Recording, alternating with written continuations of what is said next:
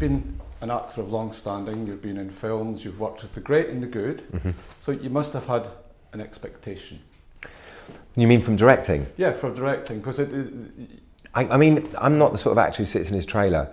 Some of the films we didn't have trailers, so I wasn't allowed to sit in one anyway. But I've always sat by the camera and always watched the director. My old man, Gordon Flemyng, was a director. It's always been something I've loved and wanted to do. And luckily enough, you know, it's osmosis, you absorb it. You know, when you're sitting next to Fincher or Joe Wright or, you know, Guy Ritchie, George Romero, God rest his soul, a lot of that seeps in if you want it to, you know, and you watch them make the right decisions as much as when you do films with bad directors, obviously whose names I won't mention, but you sit there going, that's the wrong call, that's the wrong call. And so eventually anyone who works in front of the camera is going to want to work behind the camera, but it's just a question of one, whether you've got the passion or the stupidity or the, you know, or the pig-headedness to keep pushing until they allow you to do it. But I've loved every second of it. I loved it. And although I think acting is always going to pay the rent for me for a long time, directing will always be the thing that I'm more passionate about now. So the itch must have been there to scratch for a while? I think so, yeah. I think so. I mean, basically a fear stops you doing it, you know, because it's scary, because, you know, ultimately it's the director who makes the... Dexter Fletcher always says, it's like being pecked to death by 100 pigeons. And every minute you're just going, yes, yes, no, yes, yes, yes, no, no, no, yes, yes, yes, yes. And that's in 1 minute, and that happens for 16 hours. So you've got to stand by all those decisions. And that's it. Ultimately, directing is about surrounding yourself by really talented people and then just saying yes or no. And I loved it. And it's not an itch anymore, it's a passion. And you know, hopefully, fingers crossed, if Rod, my producer, lets me, we'll go to work as soon as possible again. And was there an element of following in your dad's footsteps? Yeah, I mean, definitely. It's funny, it's weird, because when I act, I never think of Dad. But when when I'm in Los Angeles and I'm driving around, because I know he drove around in Los Angeles in a, you know, in a convertible car, going from one meeting to another, just as I do. And I always feel close to him there.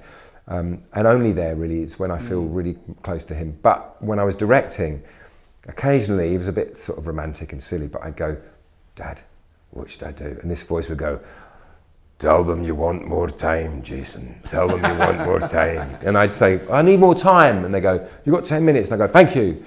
So that was it. You know, that I definitely feel that he's looking down. And I'm really proud of Dad's films. And you know, you said to me that you saw some of his original films. So things like Doctor Who and the Daleks, which I love. I'm, you know, a passionate collector of those posters, and there's loads of different ones. And so my house is full of the feeling of him, definitely. Nice, nice. And I was told by a certain person in this room yesterday that your on-set catering was quite fancy. It was quite fancy. David Fincher, off camera, why did you tell them that?